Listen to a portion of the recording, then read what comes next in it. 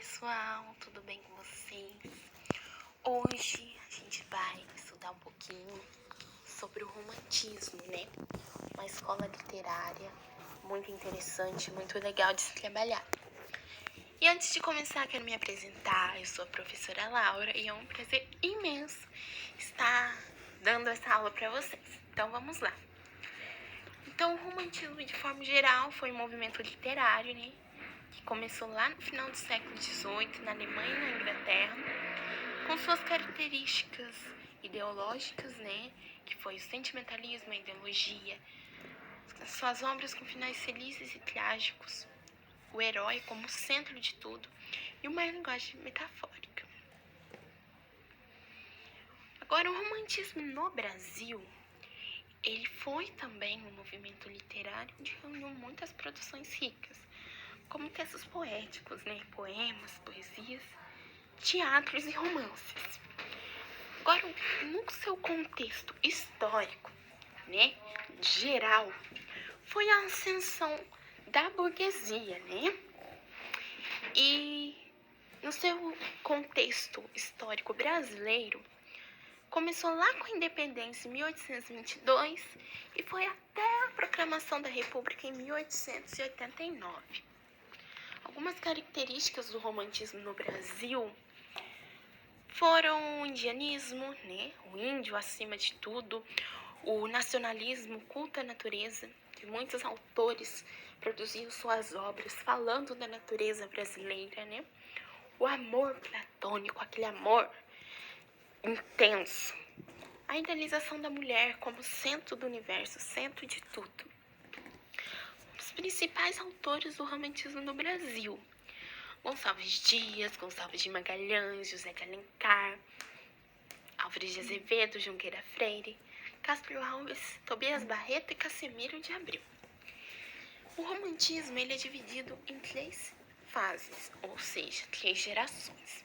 Uma delas foi a indianista, a primeira geração, ou nacionalista, como a gente mais chama, que durou cerca de 10 anos, que foi de 1840 a 1850, com obras de valor documental. O principal tema que abordava nessa primeira geração era o nacionalismo, que era expressado através da valorização do índio como herói nacional. Outros temas também foram o saudosismo, a religiosidade e o pessimismo. Alguns autores da primeira geração foi Gonçalves Dias, com a Dança do Exílio, os Tibiras também, e Gonçalves de Magalhães, com suspiros poéticos e saudações. E teve também o José de Alencar, com a obra Iracema e o Guarani. A segunda geração, a gente pode chamar ela de ultrarromântica, ou mal do século, como é muito conhecido, que durou também há cerca de 10 anos, que foi entre 1850 a 1860, e atingiu o seu ponto culminante e egocêntrico com o ultrarromantismo, né? O mal do século, esse nome, essa expressão,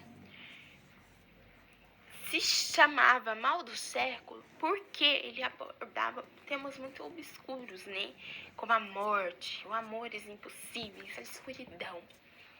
Alguns escritores da segunda geração foram Álvares de Azevedo, Casimiro de Abreu, Fagundes Varela, e Junqueira Freire. Agora, na terceira geração, mais conhecida como Condoreira, que durou cerca também de 10 anos, que foi de 1860 a 1870, começou lá com a decadência da monarquia e as lutas absolutistas, né? E o grande tema dessa terceira geração era a liberdade. Alguns autores da terceira geração foi Castro Alves, com a obra O Navio Negreiro, Tobias Barreto e Souza Andrade. Agora, pessoal, depois que analisamos um pouco, né, expliquei um pouquinho, brevemente, o que foi o romantismo e o que foi o romantismo no Brasil, eu trouxe uma obra de José de Alencar, A Viuvinha, para eu fazer uma resenha com vocês. A Viuvinha é um lindo romance, né, que dá asas à nossa imaginação. tem como tema o amor entre homem e uma mulher, tema atual em todos os tempos, e por isso prende a atenção dos leitores mais variados. Então, esse livro de José de Alencar, Viuvinha, foi escrito em 1960. Ele vai relatar a história de Jorge, que foi um rapaz que passou a vida inteira curtindo a vida, né? E gastando o dinheiro de seu pai. Aí, um belo dia, ele conhece e se apaixona por Carolina, uma jovem moça que vive com sua mãe. Essa paixão o faz abandonar a boemia, né? A curtição, a farra e tudo mais. Mas vai ser tarde demais, pessoal. Ele descobre a sua real situação na véspera de seu casamento com Carolina. Chocado, ele resolve tomar uma atitude polêmica. Após o casamento, ele espera a moça adormecer para sair e simular um suicídio. O que ele fez? Ele tipo que dopou a moça, né, para ela pagar e ele poder simular o seu suicídio. Passa então a viver com o nome de Carlos. Ele queria morrer para o mundo e viver sobre outra identidade, para que pudesse pagar sua dívida e voltar para a amada. Nesta bela obra, José de Alencar não falta o mistério antes do tão esperado final feliz.